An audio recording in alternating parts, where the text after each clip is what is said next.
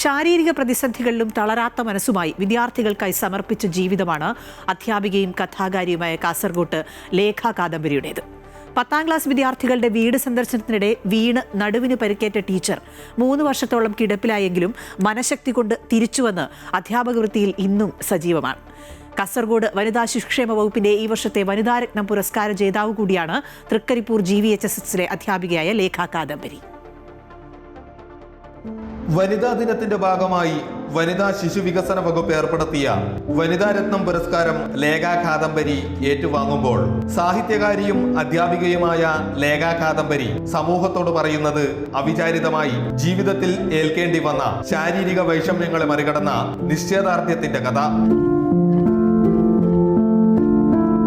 2020 service ജീവിതത്തെ പാടെ തളർത്തും വിധം വേദന നേരിടേണ്ടി വന്ന നിമിഷം തൃക്കരിപ്പൂർ GVHSSലെ അധ്യാപികയായ ലേഖ കാദംബരി അമൃത വാർത്തകളുമായി പങ്കുവെച്ചു.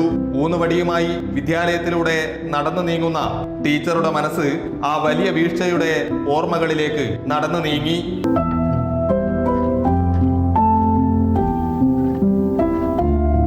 പത്താം ക്ലാസ്സിൽ പഠിക്കുന്ന കുട്ടികളുടെ ഗൃഹസന്ദർശനത്തിൽ പോയതാണ് ഒരു 6 വർഷം മുമ്പ്. അപ്പോൾ ഒരു വീഴ്ച പറ്റി. ആ വീഴ്ചയിൽ നട്ടലിന് ക്ഷതം സംഭവിച്ചു. സ്പൈനൽ കോഡ് ഡാമേജ് വന്നു. പിന്നെ കുറേ കാലം ട്രീറ്റ്മെൻറ്റും കിടപ്പും ഒക്കെ ആയിപ്പോയി. അതുമായി ബന്ധപ്പെട്ട് എനിക്ക് നടക്കുമ്പം ബാലൻസ് ഇപ്പോഴും ട്രീറ്റ്മെൻറ്റ് ചെയ്തുകൊണ്ടുണ്ട്. ഇപ്പം അക്യുപഞ്ചർ അങ്ങനെ ട്രീറ്റ്മെൻറ്റ് ചെയ്യുന്നുണ്ട്. ഈ വീഴ്ചയ്ക്ക് ശേഷം ഫുൾ ബോഡി പെയിൻ വന്നു. നിൽക്കാനും നടക്കാനൊന്നും പറ്റാത്ത ഫൈബ്രോമയാൽജിയ എന്ന് പറഞ്ഞ അസുഖം വന്നു.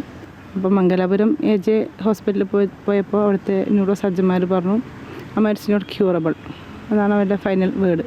നട്ടലിന് ക്ഷതമേറ്റിട്ടും കുട്ടികളുമൊത്തുള്ള ജീവിതത്തിൽ ടീച്ചർ എല്ലാം മറക്കുന്നു. ടീച്ചർ എന്ന കുട്ടികളുടെ ഒറ്റ വിളിയിൽ കിട്ടുന്ന സന്തോഷം എഴുത്തുകാരി കൂടിയായ ലേഖ കാദംബരിക്ക് വലിയ ഊർജമാണ് സമ്മാനിക്കുന്നത്. പ്രശ്നങ്ങളെ അതിജീവിച്ച് മുന്നോട്ട് പോകണമെന്ന് ടീച്ചർ പറയുന്നു. പണ്ടാരും പറഞ്ഞ പോലെ അലക്കൊഴിഞ്ഞിട്ട് കശിക്ക് പോകാന്ന് വെച്ചാൽ നടക്കൂല എന്ന് പറഞ്ഞ പോലെ പ്രശ്നങ്ങൾ തീർന്നിട്ട് ജീവിക്കാന്ന് വെച്ചാൽ നമുക്കൊന്നും ജീവിക്കാൻ പറ്റില്ല. പ്രശ്നങ്ങൾ വരുമ്പോൾ അതിനെ നേരിടുക. ഇപ്പം നേരിട്ട് മുന്നോട്ട് പോവുക, അതിജീവിച്ച് മുന്നോട്ട് പോവുക. കാരണം അർഹതയുള്ളത് അതിജീവിക്കുന്നല്ലേ. അപ്പം നമുക്ക് അതിജീവിച്ചേ തീരൂ, നിലനിന്നേ തീരൂ. കഥയിലും സാഹിത്യത്തിലും നിറഞ്ഞു നിൽക്കുന്ന ടീച്ചർക്ക് മാധവിക്കുട്ടി ചെറുകഥാ പുരസ്കാരം, മാമ്പഴം പ്രതിഭാ പുരസ്കാരം, കാസർഗോഡ് ജില്ലാ ഭരണകൂടത്തിന്റെ സർവീസ് സ്റ്റോറിക്കുള്ള സ്പെഷ്യൽ ജൂറി പുരസ്കാരം, മികച്ച അധ്യാപകർക്കുള്ള ഗുരുശ്രേഷ്ഠ പുരസ്കാരം തുടങ്ങി ഒട്ടേറെ അംഗീകാരങ്ങൾ ലഭിച്ചിട്ടുണ്ട്. അമൃത ന്യൂസ്, കാസർഗോഡ്.